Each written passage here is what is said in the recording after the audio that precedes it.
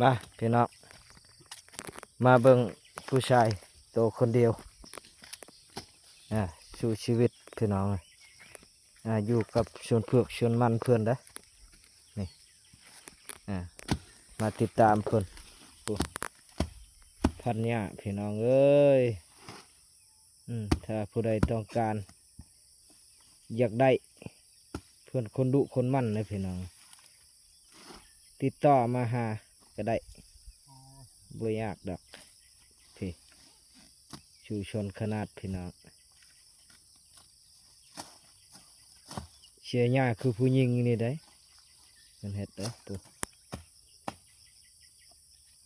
โอ้ชูชนขนาดแดดบ่มีพักพี่น้อง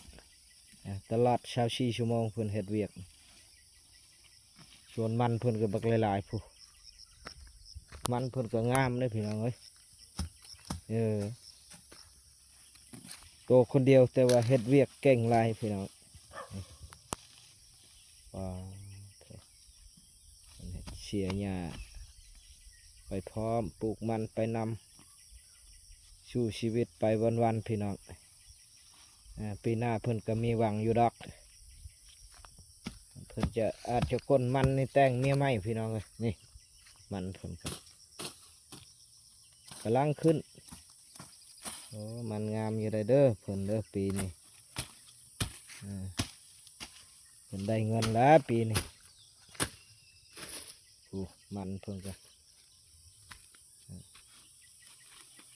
เสียหญ้าก็ไวอีกพี่น้องดู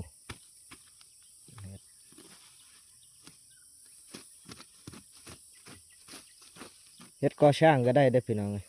ประเภทเฮ็ดเฮือนเฮ็ดชานได้เบิดได้เบิดทุกอย่างเวียกผู้หญิงเพิ่นเฮ็ดได้เบิด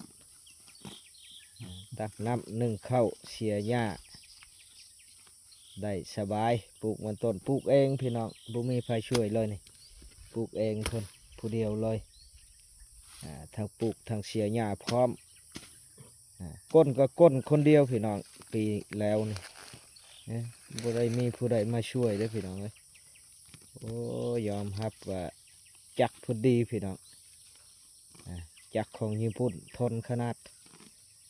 แดดช่ำนี้นี่โอ้จิบเฮานี่บ่ได้แล้วพี่น้องแดดช่ำนี้นี่อยากเป็นวินเพิ่นนี่โอ้ทนนะพี่น้องเอ้ยของแท้อันนี้ของแท้ของจริงถ้าผู้ใดต้องการอยากได้เพิ่นเมื่อเฮ็ดพอเฮือนโอ้สบายพี่น้องติดต่อมาหาสิจัดให้คนดุคนหมั่นเด้อถ้าใครต้องการนี่แหละการชูชีวิตของเพิ่นคุณเสียแป๊บเดียวพี่น้องผู้เพิ่นเสียยีไปเว้าได้เป็นหญ้าพี่ช่างนี่มันลวงหลายเถอะหญ้านี่ก็ครบพี่น้องทุกชนิดมีหญ้าขิวหญ้าน้ำมันหญ้าเยอรมันก็มีอยู่นี่หญ้าเครื่องบินก็มีหญ้ายนต์เด้อพี่น้องเด้อหญ้ายนต์หญ้าเครื่องบินก็มีครบนี่ใบหญ้าขิวหญ้ายุงพี่หญ้ายนต์เสียแล้วบ่ฮอด2 มื้อพี่น้องป่งย่างเก่า